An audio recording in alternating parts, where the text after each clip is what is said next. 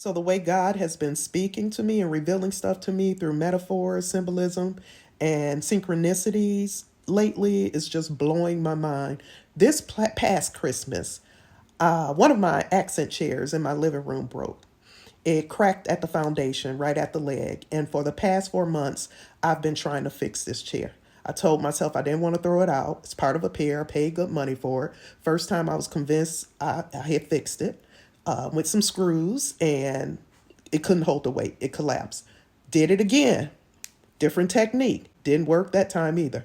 Last night, I got to it again, and I was convinced I had figured it out. Yet, once again, it collapsed under the weight. This morning, I got up early. I got up probably before 7 o'clock. And instead of starting my work, I decided I was going to give this chair one more try. So this morning, when I woke up and went out into the living room area and I saw that chair sitting there, I decided right then and there that I wasn't even going to try anymore. And in the wee hours of the morning, I decided to drag that chair down my whole hallway, sweating, doing it, got to the freight elevator. And as I'm sitting on this freight elevator, I'm thinking to myself, this is so symbolic of what we do in relationships. You know, we find our relationships broken at times and we convince ourselves we can fix it.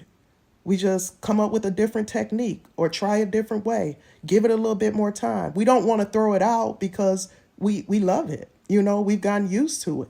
And I was like, wow, this is really symbolic of just life in general. And it felt good to throw it away, even though, I paid good money for that chair, right? So I tossed the chair and share a picture of it.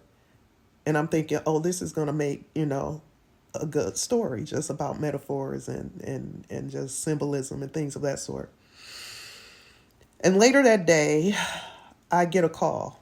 And it's a call from a person that I love, a relationship that I value. And it's a butt dial. And I'm hearing conversation that's not very favorable of me at all.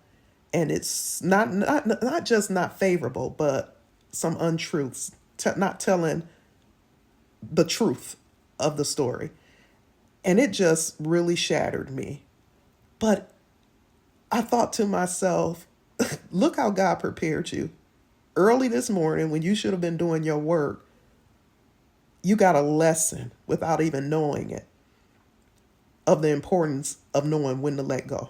We have to realize when things can no longer hold the weight that they were intended to hold for us. All the techniques in the world is not going to fix it, and it's time to release. I felt good when I let that chair go, even though I tried for months trying to fix it. When I saw that chair sitting out there at that dumpster and I was able to come back and that energy of that broken chair was no longer in my house, I felt good about it. And even though with what happened just a few hours later has really kind of just put me in a tailspin, I know that it's necessary energetically for me to be able to even clear the path from that situation so I can continue on this journey that God is setting me up for. I knew God was telling me in that moment that my trying to fix a situation was done. It was no more trying. It was time for me to surrender. It was time for me to lovingly release. And I'm so grateful, even though it's painful, it hurts. I'm so grateful for the confirmation because, that didn't just happen by chance. It was meant to happen. It was meant to just add even more context to my early morning mania of pulling an accent chair down a hallway and dumping in a dumpster. Took a different turn than I thought it was, but it took the turn that it needed to take. And I just am forever grateful that God continues to provide me with the confirmation and the revelations that I need to stay in alignment.